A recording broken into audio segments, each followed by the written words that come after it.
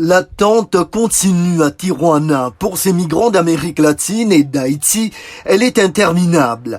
Ana Morazan, venue de Honduras, raconte que son frère a disparu il y a plus de 2 ans dans l'état mexicain de Michoacán, probablement victime d'un groupe de trafiquants. Elle dit avoir reçu des menaces de mort. Accompagnée de ses enfants, elle se sent un peu plus en sécurité dans ce centre d'hébergement. Ana confie que sa maison a été détruite par 2 ouragans qui ont balayé l'un après l'autre le Honduras en novembre 2020. À Tijuana, elle attend l'ouverture de la frontière, bloquée par le Title 42, mesure mise en œuvre par la précédente administration américaine pendant la pandémie de Covid-19.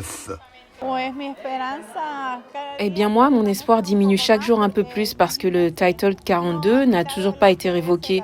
Nous ne savons pas quand ils vont le révoquer et cela fait 1 an que je suis ici. Une église pentecôtiste gère ce refuge. Et récemment, il y a eu de bonnes nouvelles. Un nombre de personnes ont obtenu une admission temporaire aux États-Unis sur une base humanitaire.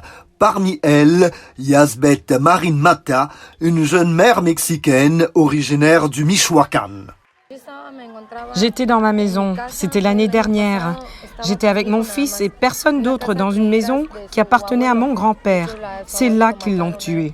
Il y a 4 ou 5 ans, des trafiquants ont tué son beau-père. L'année dernière, dit-elle, ils sont revenus armés et l'ont menacé. Cette partie de Tijuana est également en proie à la violence. À proximité, des groupes de trafiquants rivaux sont en guerre. Des fusillades ont éclaté récemment et ont duré pendant 3 jours d'affilée. Des balles sont entrées dans le centre d'hébergement.